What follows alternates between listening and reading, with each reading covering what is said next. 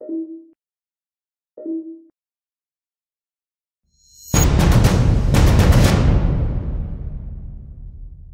bonjour tout le monde, nouveau live sur le développement de club avec Yannick Ferré et Tarek Francis, deux personnes qui m'accompagnent dans ces lives, cette série de lives qu'on fait, on essaie de faire au moins tous les 10 jours, un nouveau live sur chaque sujet qui peut vous concerner et vous aider sur le développement de club. Donc après avoir traité le recrutement et la valorisation du métier d'enseignant, on va s'attaquer à la fidélisation comme vous l'avez demandé sur les sondages du groupe Facebook La Communauté. Je vois des personnes qui arrivent encore. Et on traitera la semaine prochaine, en 2021, le thème du projet de développement, des étapes essentielles. On est encore en train de travailler dessus pour proposer quelque chose pour bien attaquer l'année 2021. Voilà. Donc, euh, pour débuter ce live, je vais donner la parole à Yannick, qui, grâce à les réponses que vous avez pu donner lors du pré-questionnaire, du pré-sondage qu'on avait fait sur le thème de la fidélisation, sera est en tout cas très utile pour nous, puisqu'on utilise vos réponses pour essayer de créer au mieux les réponses qu'on va vous donner pendant le live. Et en plus, évidemment, on va être là pour répondre aux questions que vous aurez sur ce thème-là. Donc Yannick, je te laisse partager ce qu'on a pu sortir de ce pré-sondage et partager le document. Si tu voulais. Ok, Anthony. Alors, sur ce pré-sondage, ce qui ressort globalement, la première chose, c'est que vous êtes principalement des enseignants. Donc, on s'adresse aujourd'hui principalement à des enseignants, mais qu'il y a aussi quelques dirigeants, et ça, c'est très, très bien. Deuxième observation, c'est que par rapport à nos précédents lives, ce qui ressort, c'est que les clubs sont plus gros, plus importants, comptent plus de licenciés. Globalement, vous avez des clubs qui comportent plus entre 200 et 500 licenciés. Donc ça aussi, c'est un fait un peu marquant par rapport à nos précédents lives où les clubs étaient plus petits. Et ensuite, sur le troisième aspect, ce qui ressort sur notre thème du jour, à savoir la fidélisation, on vous a posé la question de savoir sur quel public vous rencontriez le plus de difficultés. Et c'est un peu étonnant, ça nous a un petit peu surpris, mais ce qui ressort vraiment, ce qui se détache vraiment, c'est les difficultés sur les moins de 11 ans et sur les ados débutants. Il y avait beaucoup il y avait beaucoup de propositions de réponses. Il y avait notamment le public adulte débutant, le public féminin, les étudiants, etc. Et fait un peu surprenant. C'est là où vous rencontrez le plus de difficultés, c'est sur les moins de 11, donc la galaxie, et les ados débutants, moins surprenant. Donc voilà un petit peu sur l'enquête préliminaire. On vous a évidemment posé la question de ce que vous attendiez de ce live. Évidemment, des idées, des pistes pour mieux fidéliser.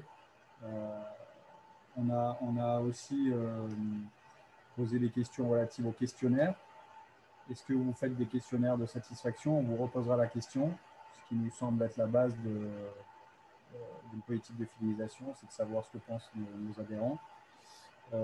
Et là aussi, les réponses, globalement, il y a peu de questionnaires de satisfaction qui sont mis en place dans vos clubs.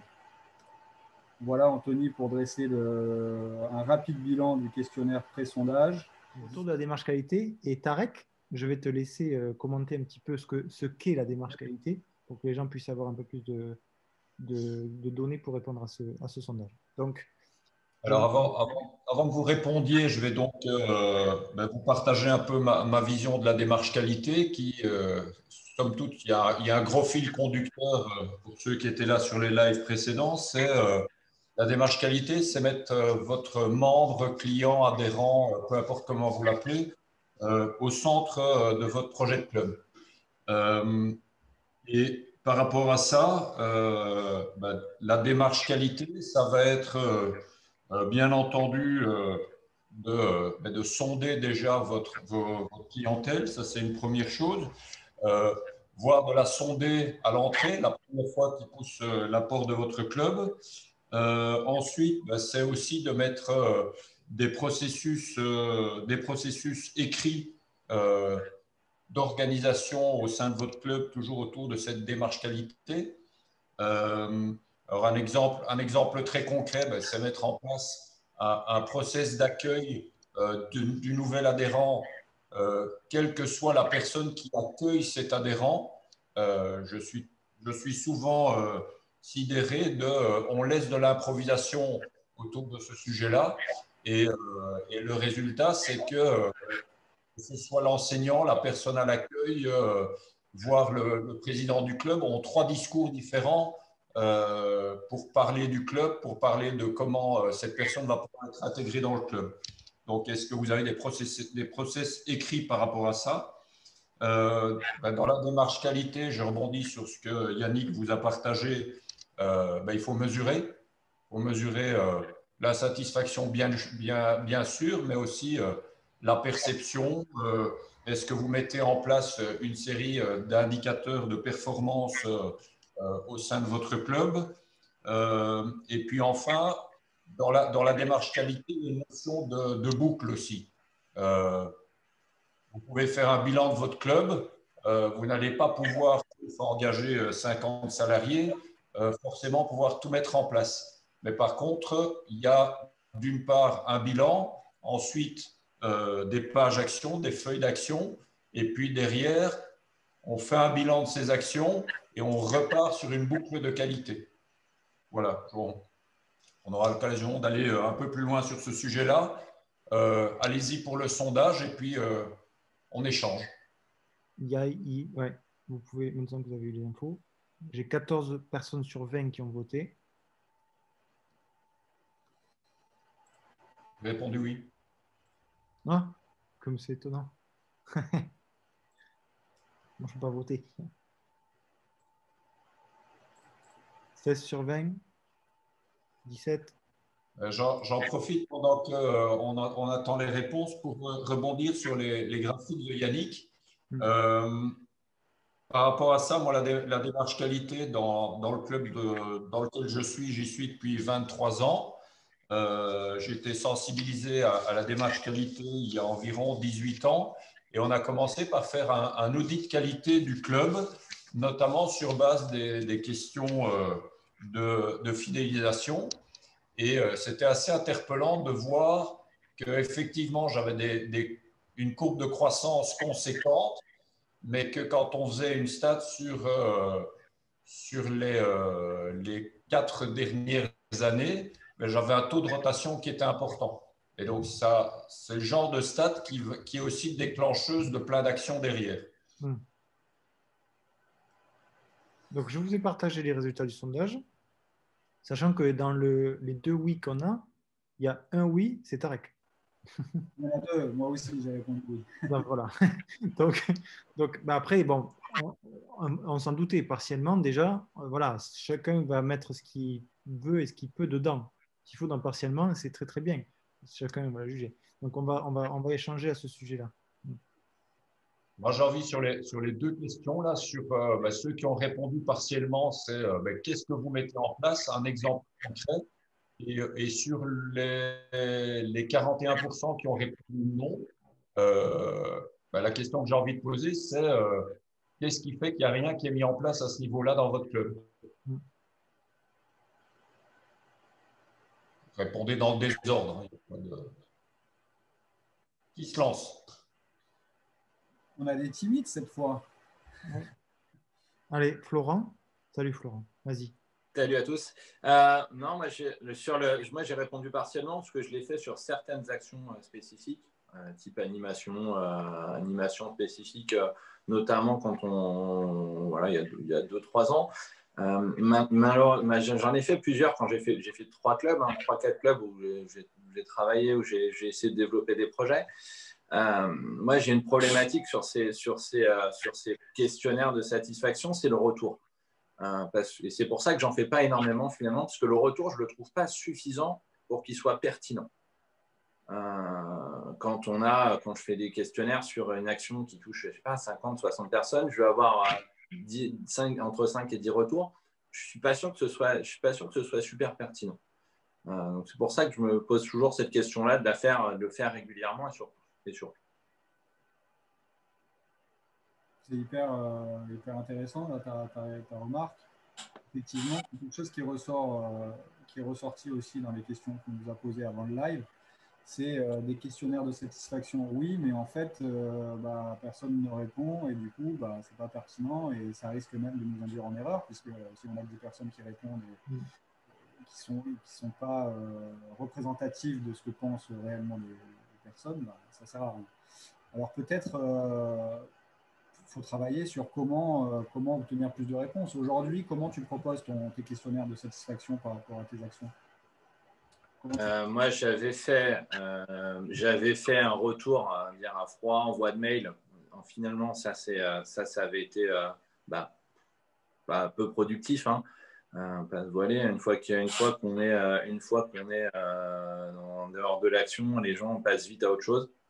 Donc c'est là que j'avais vraiment le moins de retours. J'avais fait une fois, mais ça demande beaucoup de temps. Ça demande pas mal de temps en fait de préparation. C'est de créer un petit sondage via Google ou via Google, je crois que je l'avais fait. Et là, j'avais plus de retours. Je l'avais fait sur l'instant finalement. J'avais envoyé des mails directement aux personnes sur l'animation. Et là, j'avais un peu plus de retours. D'accord. Mais ça demande énormément de temps en fait à créer tout ça, à créer ce questionnaire-là. Et est-ce que je rebondis sur ce que tu dis, Florent, en tout cas merci du partage. Je pense qu'en multipliant les moyens de communication, on va réussir à toucher plus de personnes. Donc ça peut être à froid, ça peut être à chaud, ça peut être à froid par mail comme tu dis, ça peut être à chaud de suite avec un papier, au final tu le reportes, et après le faire par mail, on sait que le mail, il y en a des personnes qui sont saturées de mails, ils ne le lisent jamais. Donc, c'est sûr que le taux de lecture, c'est très compliqué. D'où l'intérêt, peut-être après, de l'envoyer par SMS. Et le SMS, comme tout le monde a des smartphones, tu mets le lien du Google Form que tu as créé. Et derrière, il y a quand même plus, je pense, d'engagement. Comme quand on fait pour amener des enfants à des animations. Quand tu parles d'une animation, si tu dis que le tournoi Galaxie Rouge, tu l'envoies par mail, ben, il y a une personne sur 3 qui le lit. Et si tu envoies par SMS, tu as 99% des personnes qui le lisent. Donc voilà, donc multiplier, comme le dit Yannick, les moyens, ou en tout cas réfléchir les moyens qu'on a utilisés pour le communiquer. Ouais. Je vois. Après, ce qui est d'une manière générale, les questionnaires à froid, comme tu dis, effectivement, ça ne fonctionne pas. Les gens passent à autre chose. Si tu envoies ton questionnaire trop longtemps, alors, il y a deux choses qui ne fonctionnent pas. C'est à froid et les questionnaires uniquement par mail. Parce que les gens, ils sont assommés de mails, on est tous pareils, et on voit passer ça, on se dit ah non, et puis on reporte, et en fait au final on n'y répond pas. Donc effectivement, quand vous faites une action, ce qui est bien, c'est quand vous proposez un questionnaire, c'est en one-to-one, c'est vraiment face à votre public. Donc là, en fait, la personne elle aura moins tendance à vous dire ah non, je ne réponds pas, elle va vous le faire. Donc c'est à la sortie de l'action. Et ensuite, utiliser des moyens où les gens sont plus réceptifs, réseaux sociaux, liens via les réseaux sociaux, etc. Mais d'une manière générale, le questionnaire, pour que vos questionnaires soient efficaces, il faut que vos adhérents soient sensibilisés dans la durée à être plus interactifs avec votre club en général, et notamment via les moyens digitaux. Si vous avez une communauté club qui est très active sur les réseaux sociaux, par exemple, si vous arrivez à dynamiser votre communauté club sur les réseaux sociaux, elle aura tendance à réagir et à être plus réceptive à ce type d'action, type sondage. Si par contre vos membres, vous n'avez pas beaucoup de moyens de contact, vous les contactez, ils n'ont pas l'habitude d'être contactés par votre club et d'être actifs, vous allez avoir des sondages qui auront du mal vous allez avoir du mal à recueillir les réponses à vos sondages. Vous voyez ce que je veux dire, c'est que ça s'inscrit dans une politique plus générale de créer de l'interactivité en dehors de la pratique du tennis au sein de votre club et de vos communautés club. ça fait le lien avec la partie 2. Tarek, tu voulais dire quelque chose là-dessus? Ouais, juste sur la façon de communiquer les sondages. Nous, au sein de notre club, on a mis quelque chose en place qui est très efficace. C'est que le questionnaire, il apparaît en pop-up dans le système de réservation de terrain. Pourquoi? Parce qu'on sait que le système de réservation de terrain, tous les membres y passent une, deux, trois fois par semaine. Ça doit être un questionnaire court, histoire de pas les assommer, mais on a un très gros taux de réponse par ce biais-là. Donc ça, c'est un exemple. Et l'autre exemple qu'on utilise régulièrement par rapport à ce qu'on disait là tantôt sur c'est difficile parce qu'il faut chaque fois créer un nouveau questionnaire. Nous, sur la partie stage, on utilise le même questionnaire qu'on a bien travaillé il y a quelques années et on utilise le même questionnaire depuis 5 ans maintenant. Donc, ça nous permet d'avoir une évaluation précise des éléments clés de la qualité de notre enseignement, la perception de cette qualité. Et en fait, c'est intégré dans le processus. Donc, quand je dis intégré dans le processus, c'est à la fin du stage, les enseignants annoncent aux parents qu'ils vont recevoir un questionnaire de satisfaction, les incitent à répondre et le lundi matin qui suit le stage, tous les parents reçoivent le questionnaire. Et donc, ça nous permet d'avoir un échantillon qui soit réellement représentatif pour rebondir sur ce que Yannick disait. Moi, pour vous donner une idée, on fait plus ou moins 3000 stages par an. On a une personne sur 3 qui répondent au questionnaire. Donc, ça veut dire qu'à la fin de l'année, si je veux faire un bilan de mes stages, j'ai environ 1000 réponses, qui est un échantillon largement représentatif. Ça ne nous a pas pris de temps, il y a juste à analyser le questionnaire et pointer les actions qu'on va mener. Merci Tarek du partage de ça. Des exemples, c'est bien du concret. Je vois la main levée de Thierry. Gaston? Oui, bon, vous m'entendez là? Bonjour. Oui, bonjour. Ouais, là, j'écoute un peu tout le monde. Moi, je suis dirigeant, ça fait 20 ans que je suis dirigeant. Alors, peut-être ça fait trop, peut-être un temps pour pouvoir trouver des bonnes solutions. Moi, j'ai trouvé l'évolution depuis 5-6 ans, ça a vraiment évolué. Moi, à l'époque, je faisais un coup de téléphone et les gens répondaient. Tu envoyais un SMS ou un petit mail, ça répondait. Aujourd'hui, c'est vrai, tu peux envoyer tout ce que tu veux. De mon côté, à Fonsor, je parle, attention, c'est pas je schématise pas dans tous les clubs. Tu envoies, bon, les gens, ils te répondent pas. Moi, aujourd'hui, par rapport à tous ces questionnaires, tout ça, j'en vois rien qu'un aujourd'hui chez moi. On est 300 adhérents, c'est le direct. Les gens, ils te répondent directement quand tu les as, quand je les ai moi en direct, de vive voix. Que ça soit l'enseignant, puis il y a Christophe, je crois, qui est connecté aussi, il pourra vous le dire. Tu fais passer un questionnaire par un prof, par le trésorier, tout ça, il n'y a aucune réponse concrète. Les gens ne répondent pas. Ils vont me répondre à moi. Et à moi quand je suis en direct. Et c'est de plus en plus difficile parce qu'en direct, bon, moi je passe du temps au club et j'y suis quasiment tous les jours. Je passe plus de temps au club que dans mon entreprise. Il n'y a plus que ça maintenant. Moi je trouve qu'il n'y a plus que ça parce que les mails, on a essayé même par rapport à des stages, on a formulé des stages par des drives, tout ça. Ça a l'air d'être pas mal quand tu le montres à l'extérieur. Anthony, tu sais un peu comment on fonctionne. Ça a l'air bien, mais derrière, les gens, ils vont t'envoyer plutôt un texto derrière, dire inscrivez-moi au stage, un mail. Et alors que ça rien. Alors tu leur dis, mais vous avez un questionnaire sur le drive, vous pouvez répondre, il y a plusieurs réponses, allez-y. Il n'y a pas de réponse. Et quand tu veux demander par rapport à la satisfaction d'un stage ou d'un souci quelque part, les gens ne veulent pas répondre. Ils se disent, non, mais après, je vais être embêté. Quand tu commences, moi, je commence à connaître mes adhérents quand même. Certains, c'est vrai, ça bouge, mais les anciens vont te dire, non, je veux pas, pour éviter que derrière, on vienne de me voir, on me pose des questions, du coup, je ne réponds pas. Et du coup, pour construire quelque chose de concret, c'est de plus en plus difficile, je trouve, moi, de mon côté. Tu te dis, tu peux faire des stats, tu peux essayer d'évaluer, ou tu as une réponse qui a été donnée à un enseignant qui est différente à la réponse que j'ai eue moi. Oui, je veux dire, c'est pour ça la difficulté. Moi aujourd'hui, j'arrive pas contre un mur, mais j'arrive plus à voir comment on peut vraiment avoir les bonnes réponses pour se dire, mais qu'est-ce que c'est qu'il y a de bien dans notre club, de moins bien dans le club aussi. Qu'est-ce qu'il faudrait qu'on mette en place pour changer? Voilà. Yannick, avant de passer au thème 2. Merci. Ouais, bah, très, très intéressant ce que dit Thierry.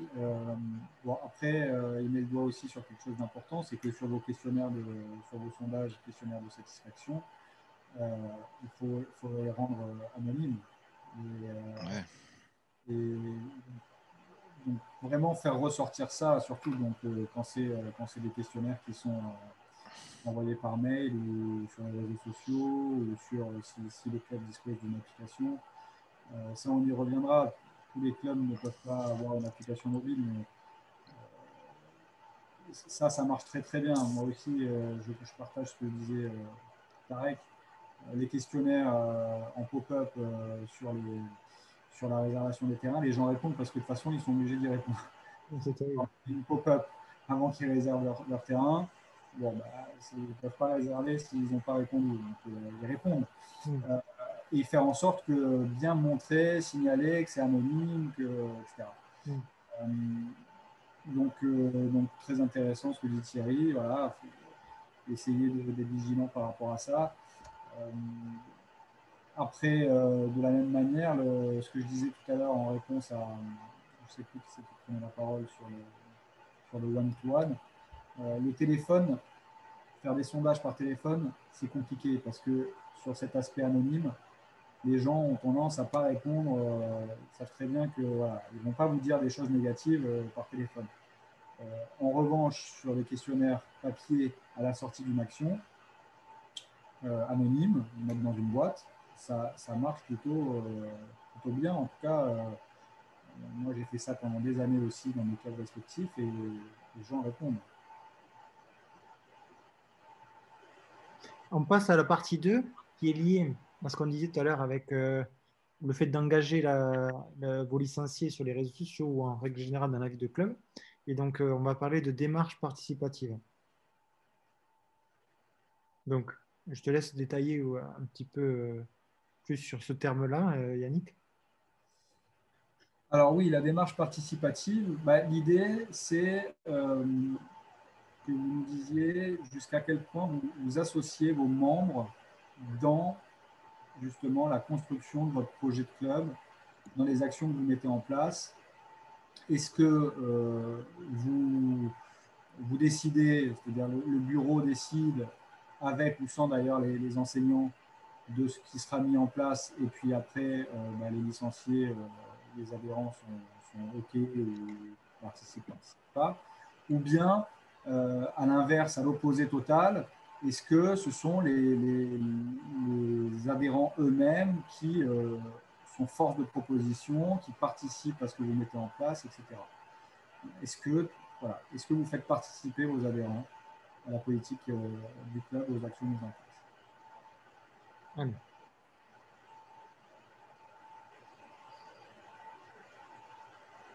On est à 7 sur 20, 10 sur 20. C'est bien, comme ça on peut checker s'il y en a qui dorment. Même si là, c'est pas anonyme. Enfin, alors, c'est pas anonyme, mais par contre, j'arrive pas à voir les noms. Donc, du coup, pour moi, c'est anonyme.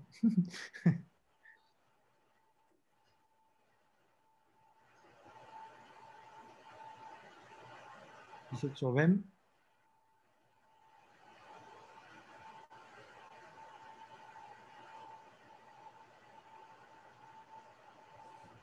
Okay.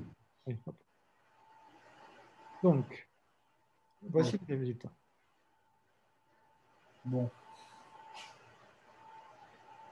Tarek, tu veux peut-être rebondir? Ça me démange, effectivement. Les gars. Je reste sur cette thématique démarche qualité. Donc, le thème du jour, c'est la fidélisation. On fidélise des clients et majoritairement, on ne leur donne pas la parole, si je caricature un peu. Ça me paraît essentiel. Aujourd'hui, il y a une thématique que j'aime beaucoup qui s'appelle la co-création. La thématique de la co-création, c'est créer un produit, un service avec son client, où c'est finalement c'est le client qui vous aide à le concrétiser, voire qui a l'impression de le créer lui-même. Et c'est une démarche qui, pour moi, a été très difficile psychologiquement à mettre en place parce que j'aime bien créer 2000 projets par an minimum. Et puis, quand j'ai été sensibilisé à cette démarche, on m'a dit, bah, écoute, Tarek, c'est super tes idées, mais tu sais, si l'idée, elle ne plaît qu'à toi, ça ne sert à rien d'investir du temps dedans. Et donc, c'est un peu ce message-là que je voulais vous faire passer au travers de cette question. C'est fondamental d'avoir un projet qui soit un projet participatif. Il y a des choses que j'aime dans mon club, il y a des choses que j'aime pas, mais en soi, le club, il n'a pas été créé pour moi. Il a été créé et le projet de club se crée avec les demandes et les adhérents. Donc voilà, pour moi, c'est quelque chose qui est vraiment fondamental. Et j'en reviens au questionnaire. Ben, nous, on a dans la démarche 2 fois par an un questionnaire qui est envoyé aux membres du club sur la partie projet de club. Et pour être sûr que les gens répondent ou qu'il y ait plus de gens qui répondent, ben, on envoie aussi via la plateforme digitale, on envoie des SMS pour les sensibiliser, plus l'environnement club. Et résultat, on a de nouveau beaucoup de réponses et ça nous permet d'orienter ou de réorienter le projet club. Je n'en dis pas plus, je te laisse la parole, Yannick. Oui, je vais vous partager de nouveau mon écran sur des pistes pour voir concrètement comment ça peut prendre, sous quelle forme ça peut se faire, cette démarche participative. Donc, je vous partage mon écran. Il y a beaucoup de valeurs là, hein, sur ce live depuis le début, je trouve. Beaucoup d'exemples concrets, beaucoup d'idées, beaucoup de partages là, hein, de tout le monde, hein, que ce soit de nous ou même des personnes qui interviennent. C'est top, je suis ravi. Ouais. Donc voilà un exemple de démarche participative. Donc engager le club sur la voie d'un fonctionnement par projet. Donc ça, c'est quelque chose aussi que j'avais mis en place, qui fonctionnait bien, mais il y a de ça longtemps. C'est de créer des espèces d'états généraux du club. Alors ça peut être tous les 2 ans, tous les 3 ans, tous les 4 ans, avec l'organisation de différents ateliers. Alors là, on l'a vu avec le confinement, ce qui marche très bien. Là, c'est ce qu'on est en train de faire, c'est des réunions comme ça sur Zoom. Ça peut vraiment très bien marcher, notamment le soir, lorsque les gens, on est sûr qu'ils sont chez eux et de pouvoir réunir un maximum de personnes.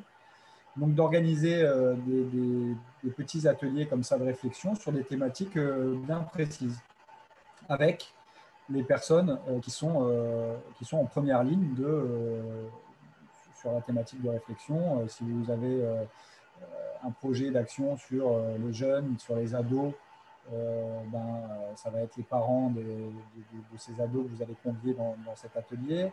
Si vous avez un projet sur la compétition, vraiment sur vos meilleurs joueurs, pareil, vous allez réunir les parents de ces joueurs, voir les joueurs eux-mêmes, etc.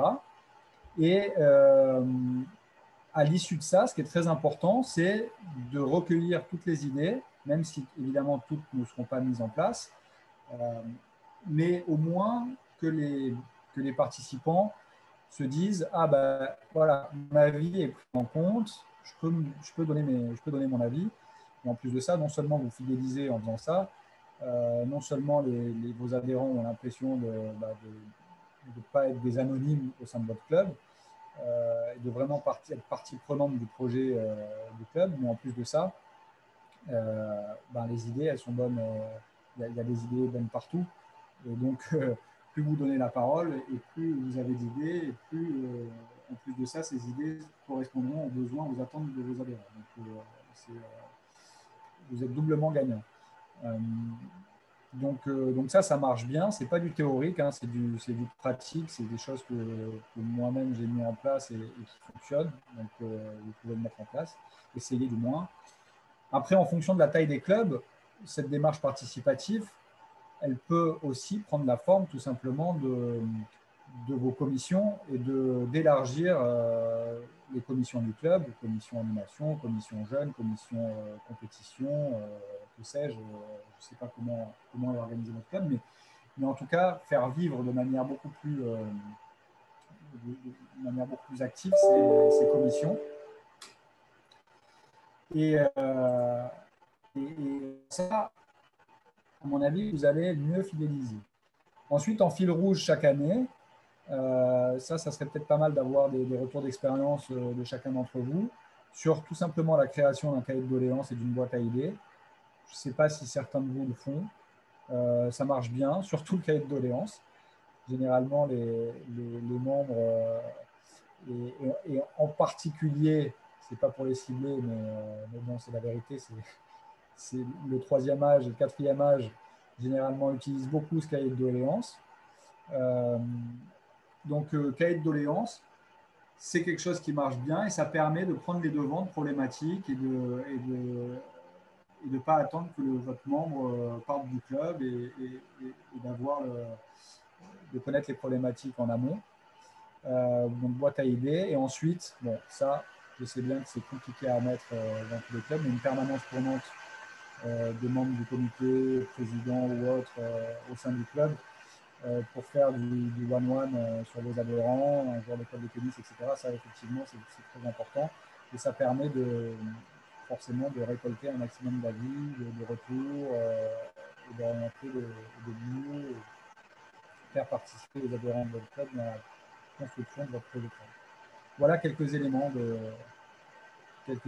sur la démarche participative. Évidemment, il y en a beaucoup d'autres. Il n'y a pas que les états généraux. On peut imaginer d'autres choses. On peut imaginer des choses notamment en servant des réseaux sociaux, avec des groupes de discussion. Ces ateliers de réflexion dont je vous parlais, vous pouvez très bien les mettre en place en créant des différents groupes Facebook, sur les matchs par équipe, sur quelque chose qui marche très bien. Ça peut être une commission ado filles. On sait très bien qu'on a beaucoup de mal à recruter et à fidéliser les ados filles et encore plus les débutantes. Vous mettez en place une commission réseaux sociaux, Instagram, sur dynamiser le club sur les réseaux sociaux et vous prenez 4, 5, 6, tous les volontaires pour animer votre club sur Instagram via cette commission jeune. Ça marche hyper bien. Et en plus de ça, pareil, vous faites d'une pierre deux coups, vous communiquez sur votre club et en plus de ça, vous fidélisez les personnes qui s'en occupent. Donc voilà des exemples concrets de démarches participatives. Partage de Julien, qui est le vice-président de Romain, il me semble, si j'ai bien compris. C'est bien ça. Ouais, super. Bonjour à tous. Oui, donc je voulais en fait rebondir ce que vient de dire Yannick à la fin de son propos. Nous, en fait, dans le cadre de notre cette visio va avoir plein de billes à nous apporter nous pour le club, puisqu'on est en plein dans la rédaction de notre projet de développement 2020-2024. Et dans le cadre de ce projet, on va lancer notre conseil des jeunes. Voilà, donc ça colle parfaitement à ce que Yannick vient de penser, vient de dire. Est-ce que moi, je peux partager quelque chose de mon écran Oui, tu peux. Voilà. Pour vous donner un petit peu, nous, la façon dont l'a pensé ce Conseil des jeunes. Alors, clairement, c'est vrai que voilà, permettre aux jeunes de participer activement à la vie du club, c'est le numéro 1. Donner la parole à nos jeunes et leur permettre de donner leurs idées, leurs modèles d'action et leurs préférences sur tous les projets que l'on souhaite mener. Parce que c'est vrai que nous, on essaye de garder notre âme de jeune, notre âme d'enfant, de proposer des choses qui collent au plus près à leurs attentes. Mais par moments, on peut être légèrement en décalage par rapport à ce qu'eux, ils attendent. Je prends l'exemple de notre soirée ado qu'on organise tous les ans au mois d'octobre. C'est une soirée qui s'organise en deux temps, d'une façon réelle et d'une façon virtuelle. J'aurai peut-être l'occasion d'y revenir après. Mais on a sollicité les jeunes pour connaître leurs attentes. On ne s'est pas, nous adultes, club, on décide que c'est comme ça pour eux. Ouais, voilà. Et puis autre chose, on se rend compte également que dans le milieu associatif, on a quand même, on va dire, les générations sont toujours un peu les mêmes. Il y a de moins en moins de jeunes qui sont investis au sein des clubs. Et je pense qu'il est très important dès maintenant de lancer les jeunes dans cette voie-là. On ne sera pas éternel. Et leur donner l'intérêt à l'association, leur donner le droit aussi de prendre des décisions pour eux et même pour le club. Voilà. Donc on est en train d'écrire pleinement on va dire le contour de ce conseil des jeunes. On est resté sur une tranche d'âge de 10 à 17 ans. parce que voilà, c'est aussi, on va dire, la réflexion. C'est à cet âge-là qu'on a le sens de la réflexion qui commence à progresser. Voilà, donc on a plusieurs idées qui font partie intégrante de ce Conseil des jeunes. Donc on a la réalisation de la web série en partenariat avec Romain. Je pense que certains d'entre vous ont peut-être déjà vu le CDM Inside que Romain a commencé à lancer. Les manifs du Conseil des jeunes. On a également un bâtiment qui mérite un bon coup de jeune. Donc, on va faire appel à un graffeur professionnel et c'est les jeunes qui vont travailler autour de ce projet-là avec le graffeur. Donc, l'idée, c'est de faire bien sûr des visuels tennistiques. On a également des manifestations récurrentes, comme Bourmelon fait sur Roland-Garros, où là, on a besoin d'un certain nombre de personnes pour assurer la manifestation. Donc là également, les jeunes seront sollicités par l'intermédiaire de ce Conseil des jeunes. Et là, ce que disait Yannick, voilà, c'est offrir la possibilité à nos jeunes d'avoir le droit de publier une fois, 2 fois par mois quelque chose en lien avec leurs actions du Conseil des jeunes. Donc on est en train vraiment de ficeler ça parce qu'il y a aussi le renouvellement Enfin, on veut vraiment avoir un règlement intérieur très précis par rapport à ça, ne pas partir dans quelque chose qui ne soit pas maîtrisable pour nous comme pour eux. Voilà. Donc voilà. Donc nous là, on va dire, pour ce volet participatif, voilà, et de toute façon, c'est l'ADN de notre club. On mise vraiment sur les jeunes pour l'avenir. Donc c'est pour cela qu'on s'est lancé dans ce Conseil des jeunes qui sera l'un des fils conducteurs de notre projet 2020-2024. Voilà. Non, super. Génial. Merci. Vraiment, vraiment bien. Vraiment top. Effectivement, ça rejoint ce que je disais. Partage d'expérience, donc c'est du concret. C'est top. Et si je peux rajouter quelque chose, c'est très important aussi de le travailler avec nos brevets d'État, parce qu'on a donc Romain et Hervé. Sans eux, nous, on est là pour les moments festifs, on est là de temps en temps, mais c'est quand même nos BE qui sont en contact permanent avec les adhérents, les jeunes comme les adultes.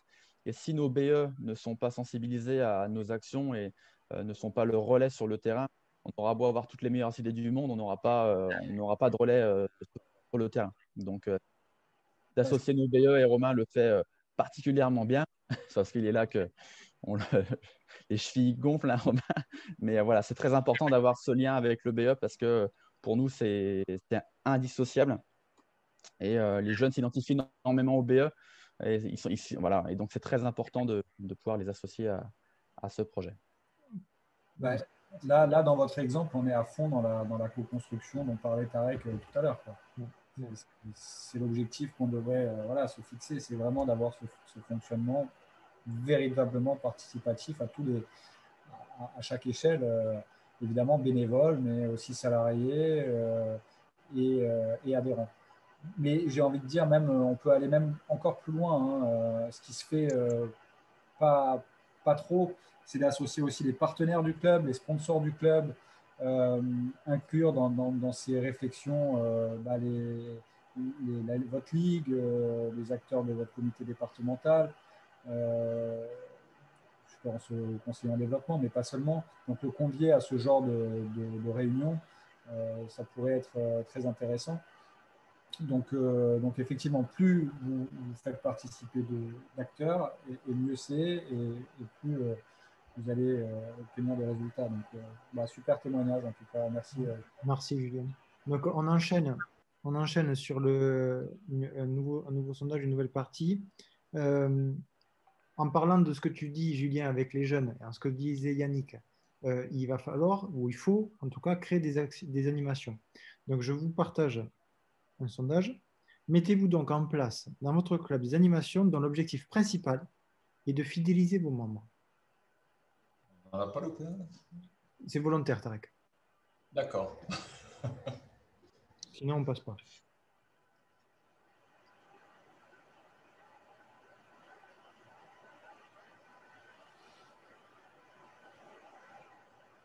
Je te laisse intégrer parmi les questions suivantes ce que tu voulais dire pour la question que j'ai sautée.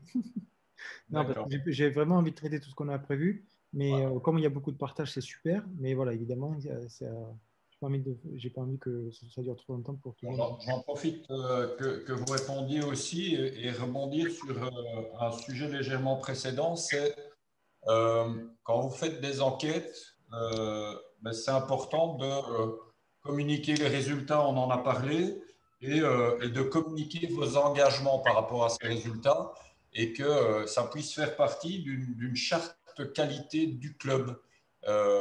Et vous vous engagez à un certain niveau de qualité sur une série de points.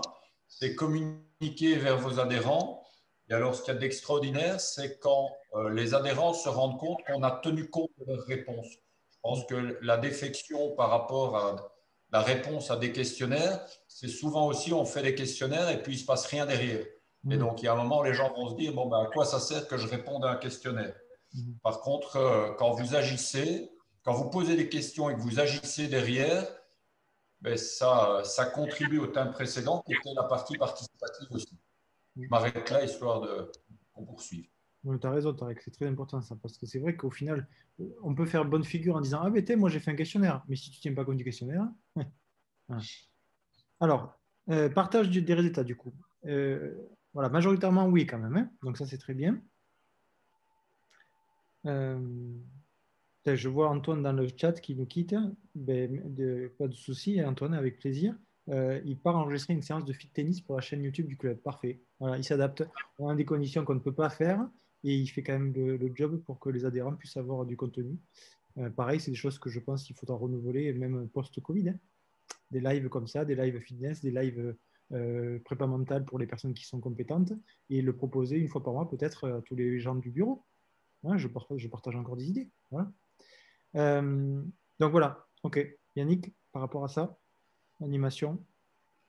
Oui, bah, alors les animations dans votre club, là aussi je suis quand même assez surpris parce que les animations, c'est vrai que ça c'est quelque chose qui est relativement fait.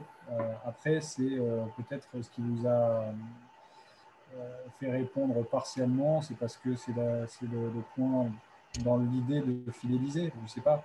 Mais généralement, les animations, il y en a à peu près dans tous les clubs. Hein. Beaucoup de clubs, les animations sont mises en place. Après, la question est de savoir quelle animation on met en place et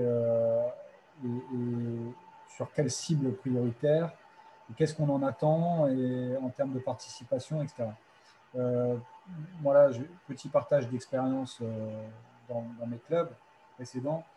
Ce dont je me suis rendu compte, c'est que beaucoup d'adhérents se lassent des animations qu'on met en place. Je parle des adultes hein, principalement là.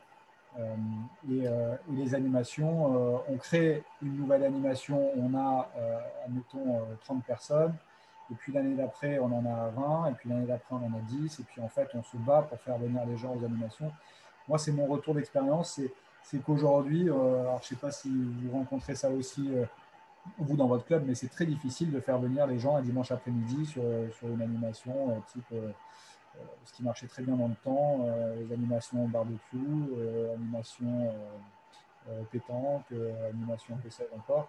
Mais tout ce qui peut dynamiser la vie associative du club sur le temps libre de vos adhérents, ben, j'ai envie de dire ça marche de moins en moins bien. J'aimerais avoir votre retour d'expérience là-dessus. C'est que des personnes qui n'ont pas encore parlé. Est-ce qu'il y en a dans l'audience qui peuvent nous partager des choses là-dessus? Vas-y, Marie.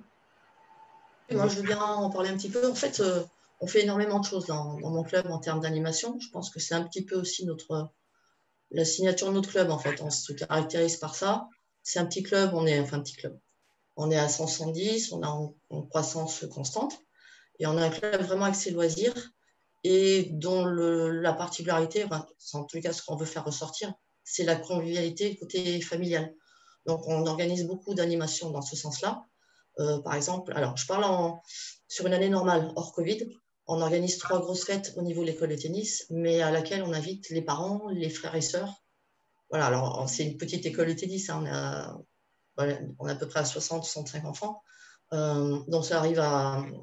L'année dernière, j'avais un taux de participation, en fait, paradoxalement, de 25-30 enfants, par exemple, et avec les parents, on arrivait facilement à 60-110 personnes.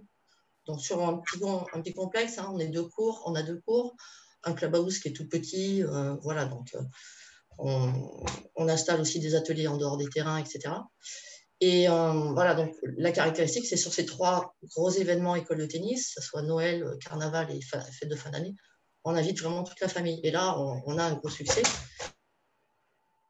Pour ça aussi, on fait aussi des animations pour les adultes. Et cet été, à la sortie du confinement, on était en besoin de se retrouver, besoin de faire un peu la fête, de manière raisonnable quand même, parce qu'il y avait encore des protocoles à respecter.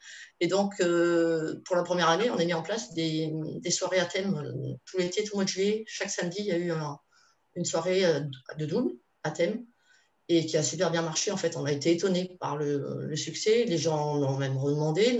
Donc, quelque chose qu'on a créé un petit peu en conséquence de tout ce qui avait été annulé précédemment, qui a été, qui était pas préparé. Parce qu'en fait, on essaye aussi en début d'année, on distribue un planning des animations sur toute l'année, qui est un planning qui regroupe aussi bien les animations école de tennis que les animations qui sont pour les adhérents adultes, tout le public extra sportif aussi.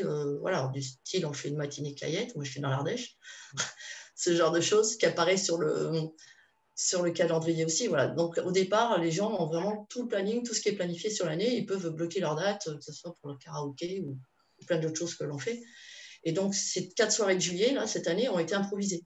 Et elles ont connu un bon succès. Donc, du coup, voilà, par rapport justement tout à l'heure aussi à la démarche participative, on n'est pas du tout dans ce projet-là, nous. C'est le bureau qui crée le projet animation, par exemple. On s'est réunis au mois d'août, une petite équipe, et on crée le projet animation, on le propose, et en fait, c'est ce qui va marcher ou pas marcher qui va faire que l'année suivante, et les retours qu'on aura de nos animations, qui va faire qu'on va s'adapter, qu'on va arrêter telle ou telle animation, qu'on va en créer d'autres parce qu'on nous aura soumis certaines idées. Voilà, en fait, la démarche participative, moi, j'ai du mal à l'imaginer dans mon club, je pense. Voilà, après, pourquoi pas? Là, j'entends plein de bonnes idées, il y a plein de choses qui me donnent envie d'aller un peu plus loin. On n'est pas vraiment, je me rends compte qu'on n'est vraiment pas pro dans mon club, en fait. On est vraiment des amateurs sur plein de choses. Mais voilà, ça donne envie d'approfondir les choses. Et par rapport là aux animations, oui, c'est difficile de convaincre les gens, de les faire venir, mais voilà. Après, je pense que la plus grosse difficulté, c'est de les faire venir une fois. Parce qu'en général, ça se passe bien. Et quand ils viennent une fois, ils ont envie de revenir.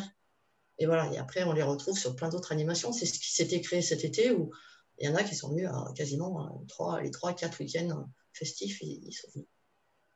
Voilà, petit retour.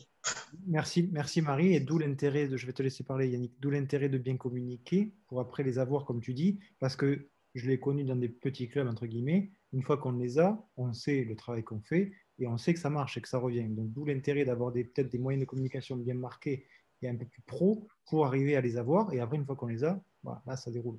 Yannick? Oui, merci Marie pour ce témoignage. Et en fait, ce qui va un peu à contre-pied de ce que je disais tout à l'heure, et c'est tant mieux pour votre club, il n'empêche que moi, ce que je remarque beaucoup, c'est que souvent les participants aux animations sont toujours un peu les mêmes. C'est-à-dire que c'est difficile on a des professionnels de l'animation des clubs qui reviennent à toutes nos animations, qui sont des super fidèles du club. Au final, ce n'est pas tant le public qui nous intéresse sur l'aspect fidélisation, parce que ce public-là, c'est quasi des ambassadeurs déjà. Ils sont plus que fidélisés, ils sont ambassadeurs. Mais ce n'est pas les 10, 15, 20% qu'on perd chaque année et qu'on aimerait garder, justement. Donc, pour moi, la problématique de l'animation, c'est comment je crée des animations pour fidéliser ce public cible qui est fragile et qui risque de partir. Et c'est ce public-là, justement, que moi, personnellement, j'avais du mal à faire venir au club parce que c'est un public dont on peut dire que c'est un peu les sportifs du dimanche, c'est-à-dire qu'ils viennent, ils zappent. Dans les questionnaires qu'on vous proposait en amont du live, quelqu'un disait que effectivement la problématique c'était le public zapper qui vient et puis qui s'en va, qui teste. Et c'est vrai, c'est-à-dire que souvent le nouveau membre, il est là, il ne sait pas trop, il ne connaît pas trop de monde, il est un peu timide, il vient pas forcément aux animations, et c'est celui-là qui est le plus fragile, celui-là qui est le plus susceptible de partir l'année d'après ou 2 ans après. Donc, peut-être qu'il y a des réflexions à mener sur des animations spécifiques aux nouveaux membres, des actions type, je sais pas, j'ai vu dans un club, je crois que c'est au Kings Club de Lyon, je leur avais piqué l'idée, ils faisaient du speed dating en début d'année sur les partenaires, pour la recherche de partenaires, avec une animation entièrement consacrée à ça, ciblée vraiment sur les nouveaux membres, et puis après avec un programme d'animation nouveaux membres. Voilà, donc peut-être réfléchir sur des animations ciblées, nouveaux membres, ou animation, ça on n'en a pas encore parlé, mais en termes de recrutement, c'est un vivier énorme. C'est tous vos pratiquants occasionnels qui prennent de la location horaire, c'est-à-dire réussir à en faire un fichier client prospect pour derrière leur proposer des animations spécifiques à ce public-là, de manière à ensuite leur faire prendre une adhésion à l'année. Ça, dans quelques clubs, ça peut aussi fonctionner. Voilà sur ce que je voulais dire moi, sur la partie animation. Julien, je te donne la parole. Oui, merci. Oui, donc effectivement, Romain, on a un peu parlé sur le chat. En fait, la difficulté, effectivement, c'est de ne pas se retrouver en permanence avec les mêmes adhérents, les mêmes pratiquants qui viennent sur les animations. Donc, c'est toujours compliqué. Et par moment, il faut se réinventer dans les schémas de projet, dans les schémas d'action. En fait, chez nous, on a plusieurs actions qui jalonnent comme ça l'année. Et le premier dans la première action, c'est le tournoi des familles qui a lieu en début d'année. Ça a lieu en septembre. Donc, ça permet de réunir les anciens adhérents et les nouveaux adhérents et surtout le côté famille, voilà, le côté parents-enfants. Donc, la formule est la suivante. C'est un tournoi voilà, pour le plaisir. Il y a un petit classement à la fin, mais ce n'est pas ça le plus important. Et en fait, le fonctionnement est le suivant, c'est sur un match, par exemple, deux enfants se rencontrent sur un match donc de 0 à 5 points. Au bout de 5 points marqués, ce sont les parents qui prennent le relais, du 5e au 10e point marqué et du 10e au 15e point marqué. C'est un match de double avec parents-enfants. Voilà, donc ça permet de faire un lien et de permettre également aux familles du club de se rencontrer. C'est une première animation qui marche super bien tous les ans. On est même obligé de bloquer le nombre d'inscriptions, sinon on ne peut pas s'en sortir au vu des installations que l'on a sous la main. Donc voilà, et on est obligé de faire un Google Form tous les ans et malheureusement, je ne dis pas qu'on refuse du monde, on n'a jamais refusé. On a toujours permis aux gens de venir, mais ceux qui veulent vraiment participer activement au tournoi, ils doivent s'y prendre de bonne heure. Voilà. Ensuite, Romain parlait du CADM Land. Je vais vous mettre sur le chat le lien vidéo. Voilà, c'est une idée qui a émergé l'année dernière à destination en fait des plus jeunes adhérents du club, hein, pour les 5, on va dire les 5-8 ans. On a organisé en fait un mini parc d'attractions autour des activités de tennis. Donc, ça demande énormément de matériel, énormément de temps d'installation. Mais par contre, pour les jeunes et pour les plus jeunes, les plus jeunes adhérents, j'entends la musique de Noël qui démarre. Donc voilà, le but, c'est de donner envie à ces jeunes enfants de revenir sur nos animations, de faire évoluer les animations pour ensuite les faire amener à la compétition. Mais on commence toujours par ce biais-là et par ce parc d'attractions. Voilà. Et en fin d'année, alors bon, malheureusement, l'année passée, on n'a pas pu le mettre en place, mais on organise Mourmelon-Pessan Roland-Garros. Donc là, l'idée, c'est d'aller vraiment au cœur de la ville. On a la ville de Mourmelon-le-Grand qui est vraiment partenaire de l'événement et qui nous met à disposition en fait une rue complète, une rue passante. Et en fait, on installe des terrains de mini-tennis en pleine rue, donc en partenariat avec la Ligue Grand Est de tennis et le comité Marne de tennis qui nous prête du matériel. Et là, en fait, c'est ouvert au grand public. Donc on va dire la population locale peut venir pratiquer le tennis directement au plus près. On a également d'autres stands qui sont proposés. On a un super membre du club qui nous a construit une cage de radar de vitesse comme à Roland-Garros. Donc ça, c'est Made in CADM. Et on a plein de petites animations comme ça qui permettent de faire un gros rassemblement d'ampleur. Ça donne beaucoup de visibilité au club, ça donne du poids également à nos idées auprès de la municipalité. Et voilà. Et donc, c'est plusieurs types d'actions comme ça qui se destinent à différents publics. Et Mourmelon fait sur Roland-Garros, ça a été pour nous, je me souviens à l'époque où on l'a lancé, vraiment un générateur très important de nouveaux adhérents. Et voilà, l'année passée, on n'a pas pu mener l'action. On espère cette année qu'on pourra le relancer. Donc, toutes ces vidéos-là, on a toujours aussi à cœur à mettre en image tout ce qu'on fait pour pouvoir le valoriser ensuite auprès de nos partenaires. Donc, si vous allez sur la chaîne SADM Tennis de YouTube, vous verrez, il y a différentes actions qui ont été menées. Tout à l'heure, vous parliez de partenaires, également de travailler avec eux. On a une très grande enseigne rémoise qui est notre partenaire majeur, qui a une très grande galerie commerciale. Et en février dernier, on a été installé directement un terrain de tennis dans la galerie marchande. Voilà. Donc, le directeur du magasin, qui est également le directeur de la galerie marchande, a été bien sûr ravi, on va dire, du retour qu'on donnait au partenariat. Et puis voilà, on s'est amusé à faire un petit teaser valorisant l'action. Vous pouvez également le retrouver où on s'amusait un matin très très tôt à aller chercher des raquettes dans les rayons qui ressemblaient à des poêles. Donc là, je vous laisserai aller voir Romain qui s'amuse avec une poêle à frire dans les rayons du magasin, ou également trouver des balles au rayon des citrons et un filet au rayon des poissons. Voilà. Donc voilà, c'est l'idée. Tout ça, c'est de mettre en avant nos actions et de trouver des nouveaux adhérents et surtout de fidéliser ceux qui sont déjà là. Voilà. C'est super. C'est vraiment bien. Et ça montre bien que quand on a la motivation et qu'on a trouvé les idées, on passe à l'action et on fait les choses. Voilà. C'est pas simplement oui, je ne trouve pas les solutions, j'arrive pas, patati patata. Non, les solutions, on va trouver. Tarek ? Anthony, je vais rebondir sur différents propos. D'abord sur la partie, je trouve ça vraiment bien ce que Yannick avait soulevé là tantôt et ce qui a été mis en évidence maintenant, c'est une démarche de fidélisation et une démarche de qualité. Ça se fait à 360 degrés avec les partenaires du club également. Je suis toujours surpris de voir le nombre de clubs, voire le nombre de ligues ou de fédérations qui sont surprises de perdre des partenaires. Mais concrètement, qu'est-ce qu'ils mettent en place comme démarche pour fidéliser ces partenaires? Parce qu'aujourd'hui, on n'est plus au stade pour un partenaire de mettre un logo sur un flyer, même sur un site internet. Il faut être créatif, il faut mettre plus de choses en évidence pour les fidéliser.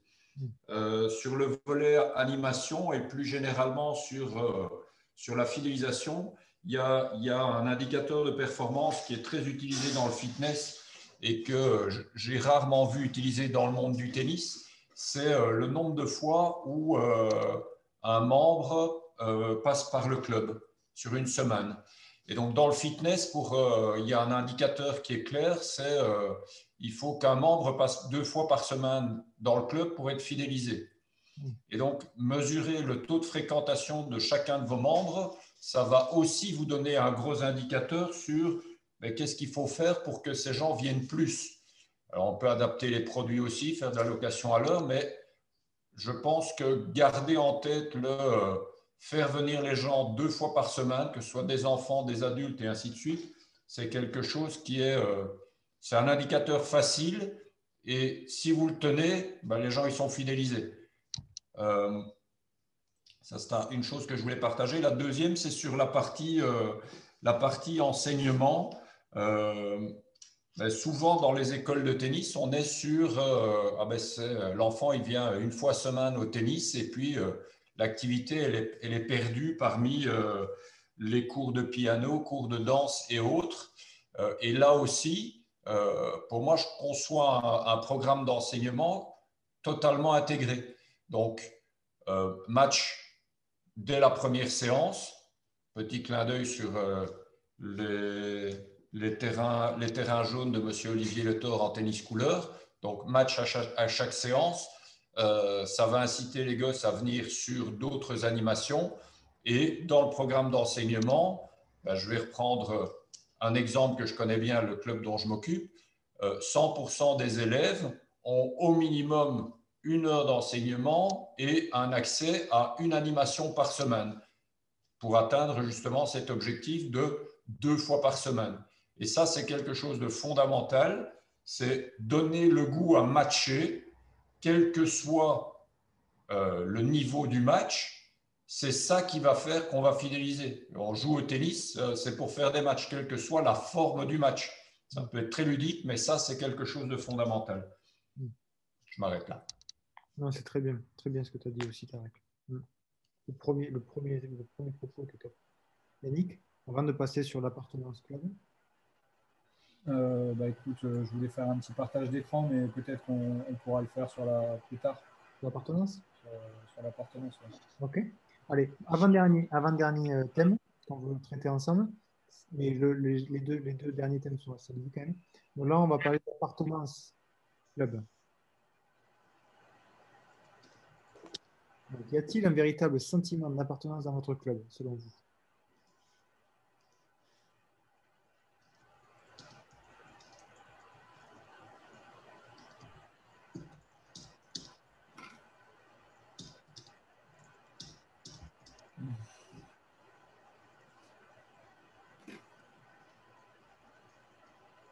Eh bien, je vois que ça ne dort pas trop quand même. En 30 secondes, j'ai quasi toutes les réponses. C'est top. Allez.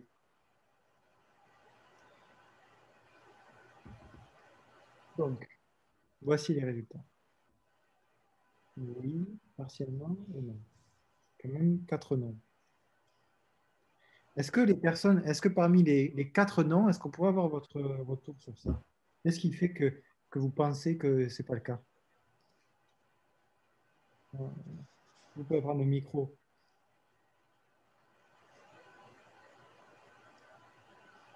Vas-y, Flo. Moi, j'ai répondu non parce que il y en a une culture avec des gens, beaucoup d'adhérents qui sont partis. Moi, je suis au club depuis 4 ans. Quatrième saison que je fais. Et je découvre, et c'est une ville particulière, parce qu'on est une ville avec énormément de quartiers et qui n'ont pas du tout de culture tennis. Et du coup, en fait, moi, je parle de culture club parce que je trouve qu'il y a une culture club qui existe, ça fait 25 ans, il y a des membres qui sont là depuis 25-30 ans, mais qui n'est plus en phase avec, je pense, la ville telle qu'elle est aujourd'hui. Donc, c'est pour ça que je réponds non à cette question. Parce que pour moi, la culture club, elle doit aussi être en lien avec la population et les gens qui composent la ville.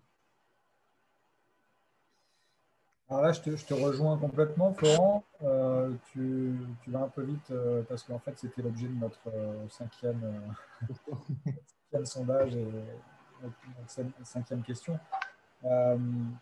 Même si tu peux avoir dans ton club effectivement plusieurs publics ou des publics qui ne sont pas forcément en phase avec ce qu'on pense être l'esprit club depuis 40 ans et sur lequel on s'est beaucoup reposé depuis toutes ces années. Et effectivement, là où je te rejoins, c'est que c'est de plus en plus difficile de faire émerger un esprit club comme c'était le cas dans les années 70-80.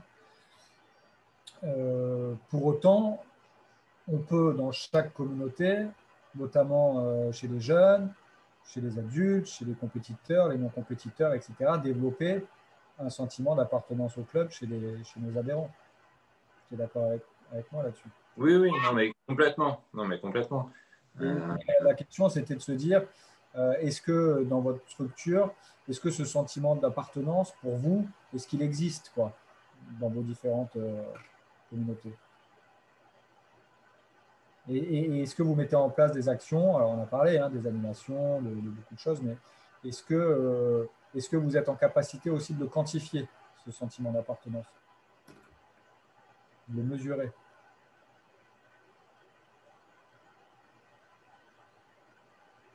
Est-ce que quelqu'un veut prendre la parole dans ceux qui ont dit oui ou partiellement?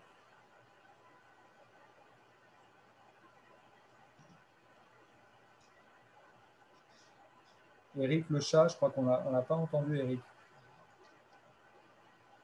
Fabrice Coutier, on n'a pas entendu. Christophe Lee. Des personnes qu'on n'a pas encore entendues, ce serait intéressant. Vas-y, Fabrice.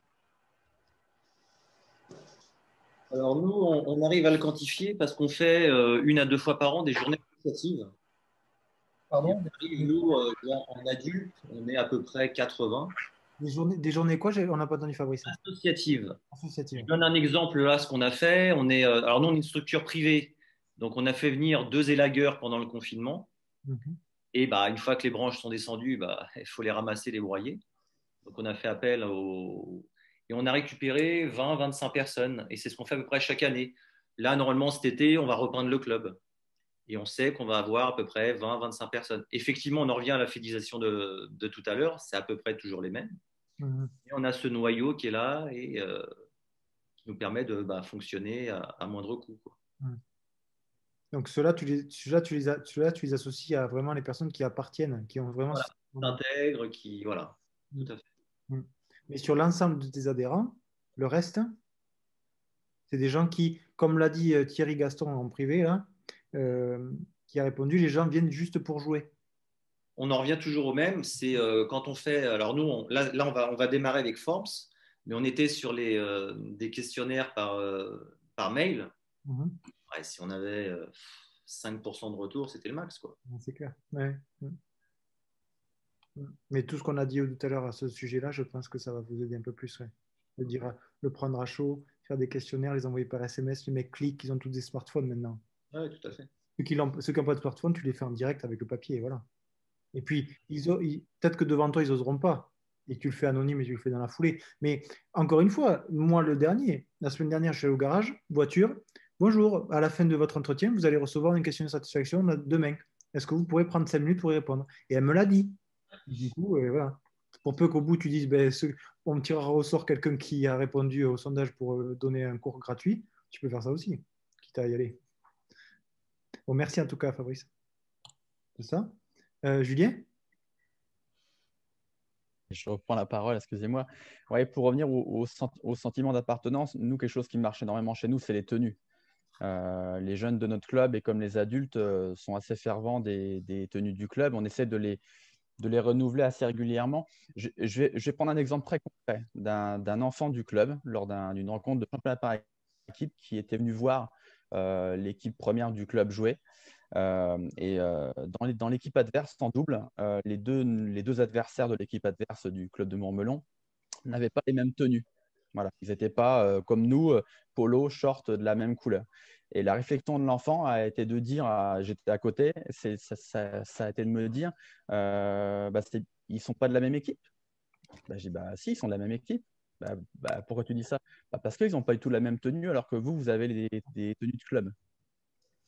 Donc, je considère que c'était assez révélateur de la vision que l'enfant pouvait avoir du club et que c'était pour lui, ce sentiment d'appartenance était aussi lié à des tenues clairement identifiées du club. On en avait parlé sur un autre live, je sais plus sur lequel c'était. Ça date un petit peu, je pense que c'était peut-être au moment du Corona. Et du coup, on avait parlé de justement offrir dans la cotisation les tenues. Nous, par exemple, là, cette année, on a fait le choix d'investir dans un kit club qui va comprendre un sac à bariolé du club, une serviette bariolée du club. Voilà. Une gourde, c'est ça, Romain, il me semble. Le troisième élément, c'est la gourde. 3 éléments que l'enfant a besoin d'avoir lorsqu'il vient au club pour transporter ses chaussures, sa serviette pour s'essuyer et boire. Tout le reste, après, toutes les tenues annexes que le club propose.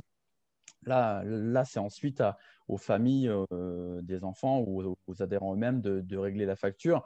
Après, on essaye d'avoir des tarifs plutôt intéressants pour permettre aux familles, on va dire, les moins aisées d'avoir accès à ces tenues. Ça va du t-shirt lambda jusqu'aux suites assez techniques, mais au moins, voilà, on a un panel assez complet de tenues. Et voilà, je sais que Romain pourra sûrement le confirmer. Moi, je vois sous mes fenêtres régulièrement passer à la maison des enfants du club. Ils ont leur tenue du lundi au dimanche, quoi. Donc, pareil pour les adultes. On va dans le supermarché local.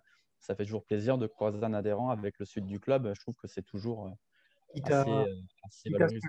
Quitte à ce que les formules les plus chères, entre guillemets, dans vos propositions, les d'office, et c'est celles qui sont peut-être le plus représentées, donc en équipe, en compétition, sur des animations, les gens qui viennent souvent. Et du coup, les autres qui le verront, ils diront, ah, moi j'aimerais bien l'avoir aussi, le t-shirt, tout ça. Et nous, en tout cas, c'était une stratégie qu'on avait au club. C'est les enseignants là avaient une tenue, les joueurs avaient une tenue et quand les enfants venaient voir, évidemment, ça leur donnait envie de l'avoir, évidemment, tout à fait logique. On voit le business des maillots de foot pour Noël ou pour n'importe quand d'ailleurs. Et ce qui était très important pour nous, c'était que l'enfant qui arrive et qui a 6 ans pour sa première année de tennis ait le même polo que Romain, qui est notre leader de l'équipe. Ouais, ouais. Ça, tout le monde a la même tenue et on fait tous partie du même club. Il était pour nous hors de question que l'équipe première masculine ou féminine ait des couleurs différentes. Alors, bien sûr, les filles ont des couleurs différentes par rapport aux tenues, mais ça, c'est un autre problème. Mais je veux dire que voilà, tous les garçons du club ont les mêmes tenues au niveau couleur et toutes les filles du club ont exactement les mêmes couleurs. Ouais, c'est très bien. Nicolas, je vois que tu as ouvert le micro. Oui, bonjour. Alors, moi, je me permets en fait de revenir sur ce qui vient d'être dit, c'est la même chose. Nous, en fait, dans l'équipe 1, donc je suis enseignant aussi, dans l'équipe 1, ils ont voulu faire une tenue complètement différente des autres. J'ai trouvé ça hyper différenciant dans le mauvais sens et beaucoup de personnes ne s'y retrouvaient pas, je pense, dans tous les adhérents. Et je pense que c'était une très mauvaise idée. J'étais le seul de l'équipe justement et dans les enseignants à m'opposer à cette idée, ce qui a été refusé en fait. Voilà. J'ai trouvé que c'était une super mauvaise idée. Ouais, c'était une super mauvaise idée. Ouais. Mais c'est vrai que c'est. Enfin, moi, dans ce sens-là aussi, moi, je trouve ça très dommageable. Au contraire, ça dépend. Encore une fois, si c'est juste le côté sportif, je veux me mettre en avant et je veux que mes matchs soient mis en avant et montrer que je suis le meilleur. Bon, ok, mais est-ce que dans le but du club, ça serait. Tu vois? Je trouve ça bien sûr, je suis complètement d'accord avec ça d'ailleurs. Yannick? Oui, après au-delà parce que là, on va très loin dans le sentiment d'appartenance, l'identification, etc. Mais je crois qu'il n'y a en fait pas tant de clubs que ça qui proposent des tenues de beauté pour leur équipe première. Moi, pour vous donner un exemple, j'étais dans un club, on avait 2 équipes en National 1A. Et quand je suis arrivé au club, les équipes premières n'avaient pas de tenue de beauté du club. Donc, je pense que déjà, c'est vrai que c'est top parce que c'est déjà une action qui effectivement peut faire naître, notamment chez les plus jeunes, et notamment chez les plus jeunes débutants qu'on a du mal à fidéliser, notamment aussi les ados débutants. Cette action de t-shirt, de tenue à l'effigie du club, c'est déjà une action pour favoriser ce sentiment d'appartenance et d'identification au club qui peut être très intéressant. Après, on peut réfléchir là-dessus, on pourrait brainstormer, on pourrait faire un live uniquement là-dessus parce que je pense que c'est hyper important et c'est vraiment des enjeux de la fidélisation, c'est ça, c'est comment faire naître, comment entretenir ce sentiment d'appartenance au club. Alors, on pourrait aller très loin aussi sur plein d'actions qui peuvent être menées sur les réseaux sociaux notamment. Là encore, Romain et Julien sont très actifs parce que je les vois faire sur les réseaux sociaux, sur toutes ces actions-là. Mais il y a beaucoup de choses à faire là-dessus aussi. Essayer de faire en sorte que le membre se sente faire partie pour lui ce soit une évidence absolue qui non seulement reste dans le tennis, dans le club et même qui devienne ce que j'appelle moi un ambassadeur, c'est-à-dire que derrière, il soit vraiment qu'il aille recruter à l'extérieur dans son réseau d'amis, de professionnels, amical, familial, et qui soit un moyen de recrutement. Et c'est ça l'idée. Et peut-être pour conclure, et peut-être aussi pour passer à la question d'après, et qui rejoint la démarche qualité, c'est la question de se dire qu'est-ce que je mets en place pour suivre mes membres un par un. C'est un peu ce que disait Tarek tout à l'heure avec suivre leur fréquentation de club, mais suivre à quelle heure ils ont l'habitude de jouer, avec qui ils ont l'habitude de jouer, combien de fois évidemment ils jouent, depuis combien de temps ils sont là. Alors, peut-être j'ai une déformation, moi, professionnelle, parce que j'ai longtemps été dans un très gros club. On avait plus de 1400 membres. Donc, forcément, c'était compliqué d'avoir ce suivi individualisé de chaque membre. Peut-être dans les plus petits clubs, c'est plus facile, c'est plus évident. Mais c'est vrai que la problématique des gros clubs, c'est de garder ce lien presque familial avec chaque membre et chaque parent de membre de manière individuelle, c'est difficile à mettre en place parce que ça demande du temps. Donc, il y a beaucoup de choses qu'on peut automatiser avec du marketing automation, mais sur la relation humaine, c'est compliqué et pour autant, c'est fondamental si on veut fidéliser dans la durée. Parfait pour la transition, on y va. Donc, Tarek, est-ce que tu veux introduire ce propos-là, ce thème-là, Esprit Club, avec des retours de ce que tu vis toi? Je dirais par rapport à ça que c'est. Je préfère réagir après parce qu'en fait, sinon, je vais induire les réponses. Ok. Donc, laissons les réponses et puis on réagira. D'accord.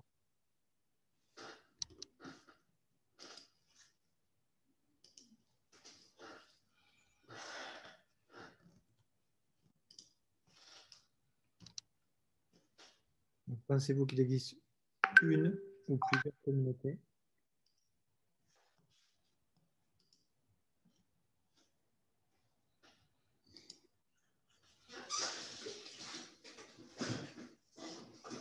Bon.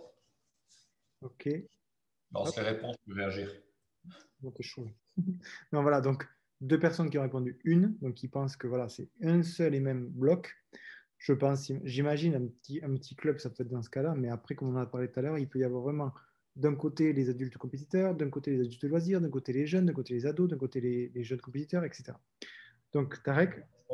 Oui, par rapport à ça, effectivement, je vais un peu déflorer le sujet qu'Yannick allait lancer.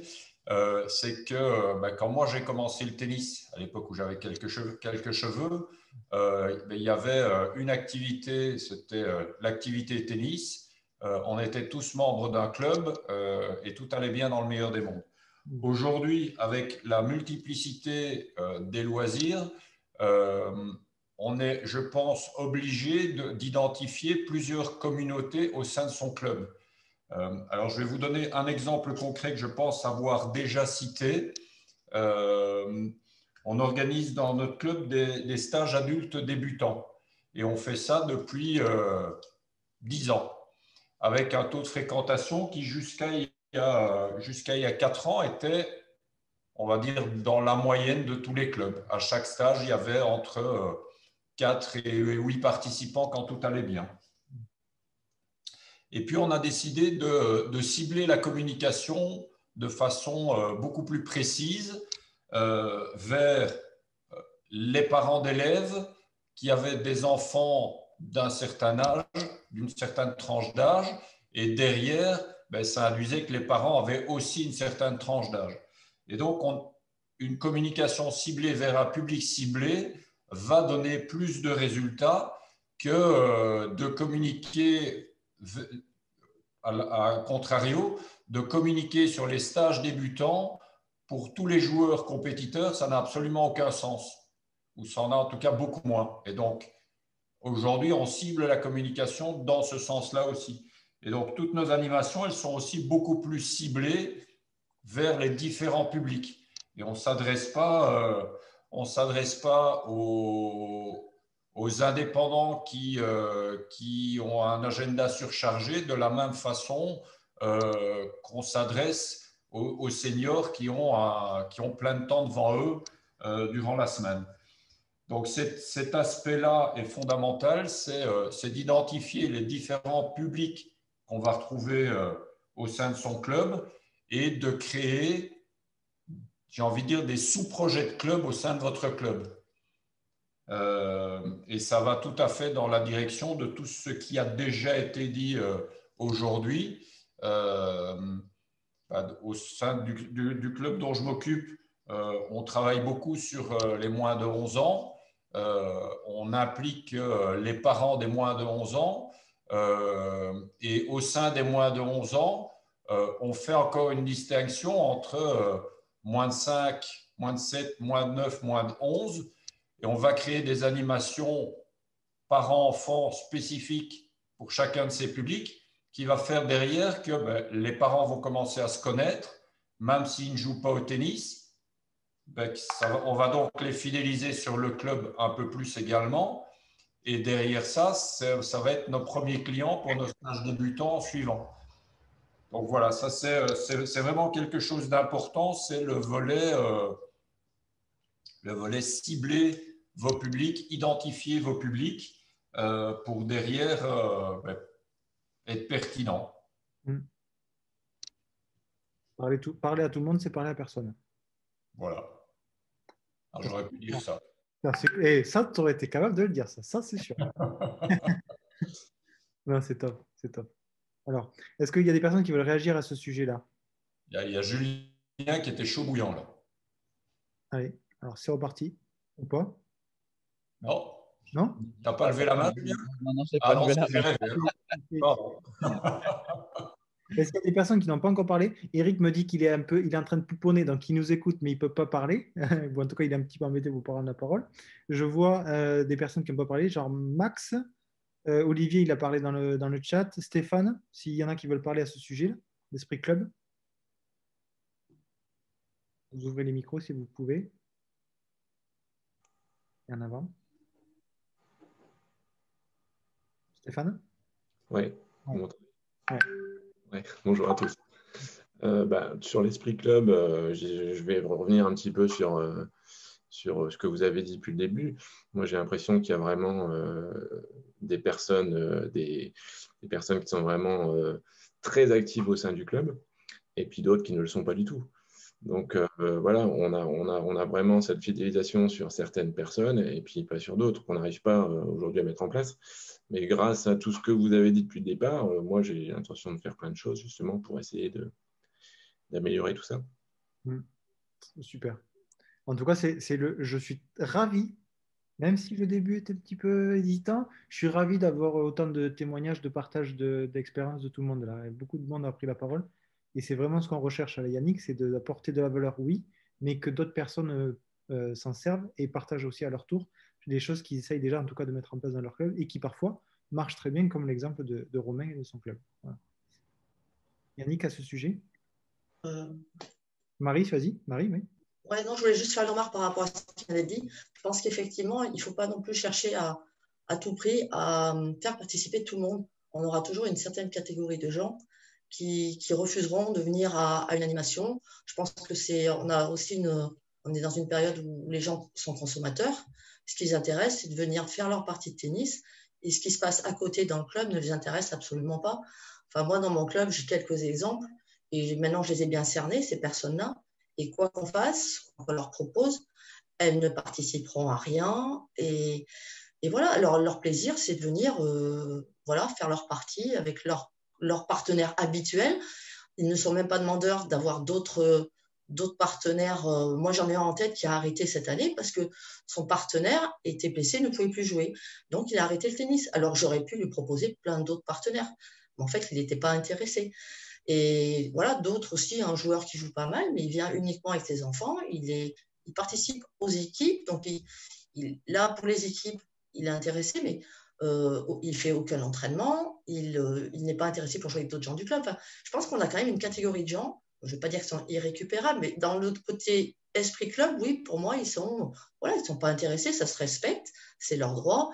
Et il ne faut pas non plus, je crois que quelquefois, moi, ça me perturbe un peu, mais de moi, j'essaie aussi de me faire une raison et de me dire laisse tomber, tu n'y arriveras pas. Et voilà, c'est quelque chose qu'il faut intégrer, je pense. Le thème du jour, c'est la fidélisation. En l'occurrence, dans ton cas, il y a des personnes, je le reconnais, je le sais aussi, je l'ai vécu, il y a des personnes qui, elles, ne sont pas intéressées par tout ce qu'on peut proposer. Mais l'objectif, c'est la fidélisation. Si la personne d'elle-même, elle reste toute seule et que ce qu'on lui propose, ça lui va, et qu'elle reste, tant mieux. Par contre, si au bout d'un certain temps, elle s'en va et qu'on voudrait la faire rester, à nous de trouver les solutions quand même. Donc, comme tu le dis, là, il a perdu, il ne veut plus jouer parce que son copain n'a plus de possibilité. Il faut quand même, je pense, après, si on peut se le permettre de dire, OK, mais tant pis, c'est dommageable, il faut faire la démarche. Mais si la personne, ils ont tout ce qu'ils veulent, ou en tout cas, ils ont ce qu'il faut, et qu'ils restent, bon, mais c'est bon, c'est du pain béni. Parce qu'au final, les mecs, ils payent, ils pratiquent et c'est fini. Mais je pense qu'il ne faut pas... Enfin, voilà, à partir du moment où c'est qu'on est dans... C'est comme quand on travaille, comme si quand on en a parlé l'autre jour sur notre live, mon joueur, il a un coup droit qui est un petit peu bizarre techniquement, mais par contre, ça marche. Ben alors, pourquoi changer la technique? Là, c'est pareil. L'adhérent, il reste tous les ans. Il ne veut pas faire d'animation? OK. Est-ce qu'il reste? Oui, bon, c'est bon. Yannick, par rapport à ça? Oui, alors, Juste pour répondre vas-y, sur ce que tu viens de dire. Vas-y. Pardon.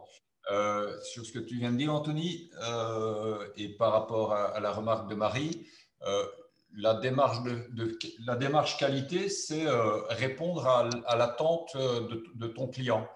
Et donc, le client qui vient effectivement taper 1 ou 2 fois par semaine, qui veut parler à personne parce qu'il tape la balle avec son pote et il est content comme ça, j'en ai dans mon club aussi et je ne cherche pas à les amener sur des animations.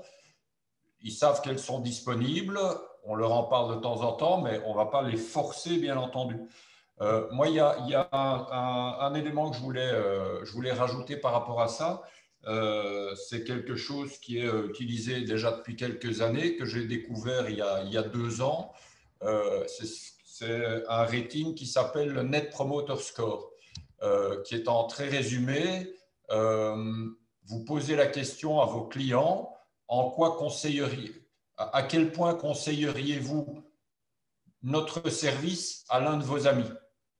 Et donc, c'est un rating de 1 à 10. Et ça rebondit aussi sur ce que Yannick disait.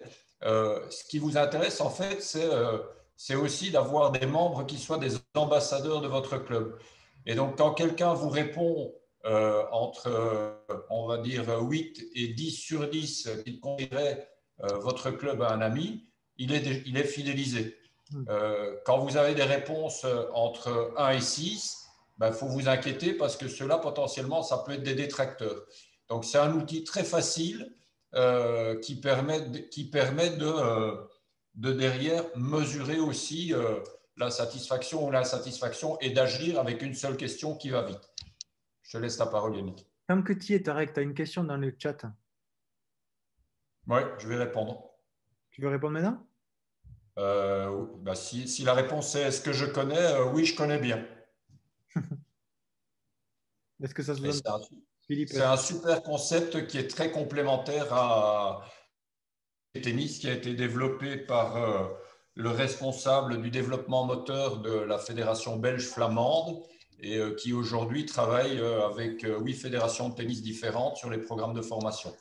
Donc, je vous le conseille, même si je n'ai aucun intérêt là-dedans, je vous le conseille. Philippe, tu peux l'expliquer à tout le monde ce que c'est? En fait, vous m'entendez? Oui. Ouais, en fait, j'ai découvert ça par le biais d'un collègue. Donc, pour resituer, moi, je travaille au Luxembourg. Donc, comme je l'ai dit la dernière fois, on n'est pas sur les mêmes repères qu'on peut avoir en France. Et donc, j'ai découvert ce concept, la multiskills, et je trouvais ça sympa puisqu'il intègre dans certaines parties pour les petits une participation des parents sur les cours de Mon Tennis pour les Belges ou Galaxy pour les Français. Une espèce d'une participation enfants-parents sur les exercices du mini-tennis. Et j'ai trouvé ça vraiment assez sympa. Donc, je ne sais pas si Tarek, tu peux aller un petit peu plus loin dans la description puisque tu connais un peu plus le projet. Mais je trouvais l'idée très, très intéressante, quoi. Donc, par rapport à ça, il y a un site qui existe qui s'appelle multiskills.com, je crois. Donc, je vous invite à aller voir. C'est vraiment, il y a des petites vidéos sympas là-dessus.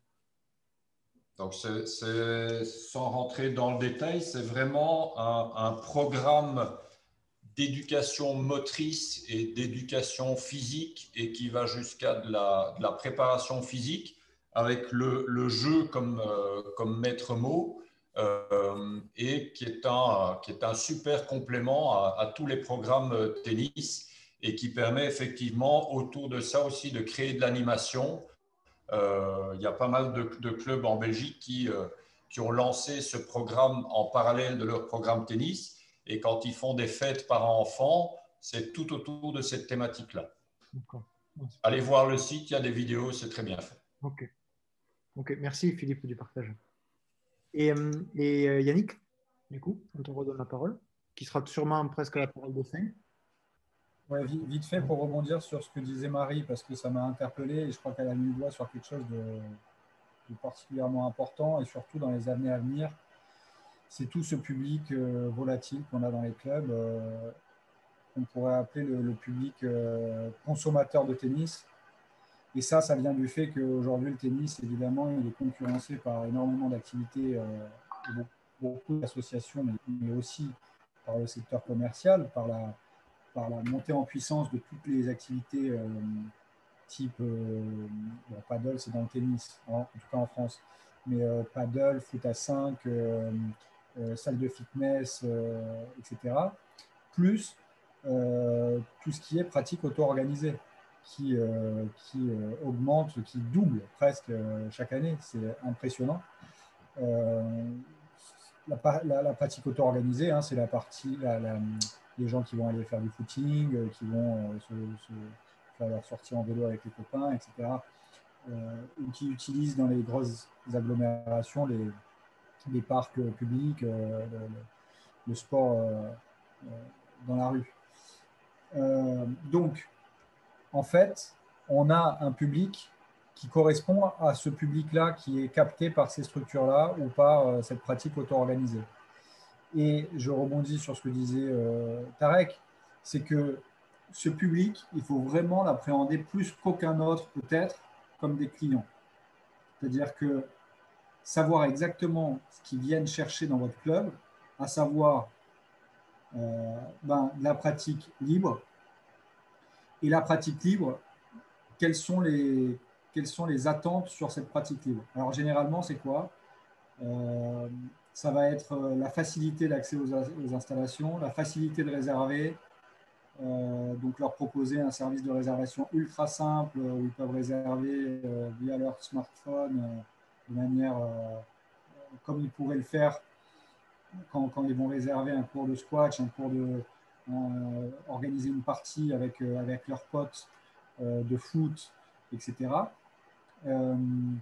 Ça va être aussi tous les services annexes que vous allez proposer qui va leur faciliter la vie. Ça peut être d'avoir un service de cordage où ils laissent leur raquette et puis derrière, ils la récupèrent au club, ils ne se soucient pas d'amener leur raquette chez un cordeur. Ça peut être des services je sais pas moi, Enfin, il faut considérer ce public-là vraiment comme un client et quel service je vais lui proposer pour le fidéliser qui va répondre à ces problématiques de « je viens consommer mon heure de pratique de tennis ». Donc, ça va être aussi, par exemple, quelque chose qui n'est pas très important j'ai envie de dire, pour les clients qui sont dans l'esprit club. Ça va être la qualité de vos douches, de vos sanitaires, etc., par exemple. Alors que le public qui est un public vraiment client, qui vient consommer son heure, il va être très sensible aux propriétés de la douche, etc. Je ne dis pas que, évidemment, les membres aussi c'est important. Mais si vous avez beaucoup de pratiquants comme ça, qui sont des publics, on va dire, des publics hors esprit club, hors esprit communauté, eh ben, c'est très important de les considérer vraiment comme des clients et de savoir ce à quoi ils sont vraiment sensibles. Et ça, je pense que dans les années à venir, ça va être quelque chose de fondamental pour le développement des clubs de tennis parce que forcément, le tennis est concurrencé aujourd'hui par toutes ces activités-là, on le sait, et on est de plus en plus face à un public consommateur, zappeur, et qu'il faut le considérer comme un client, comme les autres structures les considèrent comme des clients. Donc, piquer des idées aux salles de fitness, piquer des idées à tous les complexes sportifs type foot à 5, les complexes commerciaux de paddle, etc. Très important. Si le mot piquer vous dérange, vous prenez inspirer et vous rajoutez adapter dessus. Et après, c'est bon. Et en tout cas, dans l'idée, c'est ça. C'est on s'inspire, effectivement. on adapte à ce que nous on a besoin, et on tient compte des besoins de nos adhérents pour créer la solution à leur problème, entre guillemets. Voilà. Je pense qu'il y a des choses, tu vois. Je vous ai donné plein d'exemples, mais il y en a beaucoup d'autres. La facilitation de la réservation pour ces publics-là, c'est primordial. Qu'ils puissent réserver en 2 clics sur leur téléphone, c'est hyper important. Qu'il y ait des disponibilités, que ça corresponde à leur créneau, c'est hyper important. Qu'ils puissent inviter de manière facile et que ça ne leur coûte pas une fortune à chaque fois des partenaires en dehors des membres du club, ça aussi c'est important. C'est un axe évidemment qu'on n'aura pas le temps de développer là, mais c'est toute la politique de tarification de vos clubs qu'il faut parfois revoir en fonction du public que vous avez qui permet de faciliter ça aussi. Et je pense, voilà, il y a beaucoup de choses à dire. Ça mériterait un live en entier. Ça. Oui,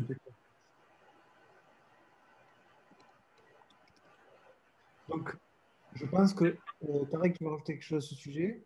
Sinon, on va conclure. Non. Non, non, mais je pense qu'on a quand même beaucoup partagé de témoignages, de valeurs, de contenu, d'informations, d'idées. C'était votre demande, encore une fois. On vous dit des trucs, mais on applique ces choses-là. Vous aviez dans le questionnaire pré-sondage demandé des idées, demandé des choses à mettre en place, à tester. Qu'est-ce qu'on a fait? C'est ce qu'on a fait. On vous a donné des choses, d'autres personnes ont rajouté en partageant des témoignages, des expériences, donc c'est encore mieux.